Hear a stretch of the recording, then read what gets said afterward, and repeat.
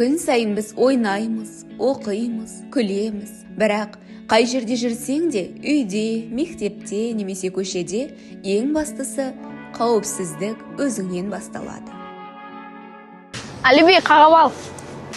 Мә, Тамерлан, қағып ал. Тамерлан, жолға шығып кетті ғой, бар ұстады опты. Жоқ, Әліби, бұл жерде көліктер өтіп жатыр. Бірінші өтіп алсын. Қауіпсіздік бұл ең алдымен асықпау. Не болды, кішкентай балалар сияқты? Әлде мұғаліміңе айтасың ба? Иә, мен мұғалімге айтам. Себебі ол дұрыс. Қауіпсіздік үнсіз қалу емес. Қауіпсіздік бұл үнсіз қалу емес. Бұл өзіңді де, өзгелерді де қорғауға деген батыл қадам. Шындықты айту әлсіздердің емес, батылдардың таңдауы.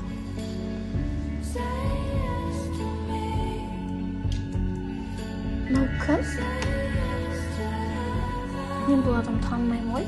Не үшін маған жазып жатыр екен? Интернет бұл ашық алаң. Күлгеннің бәрі дос емес. Сақ бол, өзіңді қорға. Қауіпсіз болу қорқып үнсіз қалу емес. Бұл өз өміріңді маңызды деп қабылдап, оны сақтау.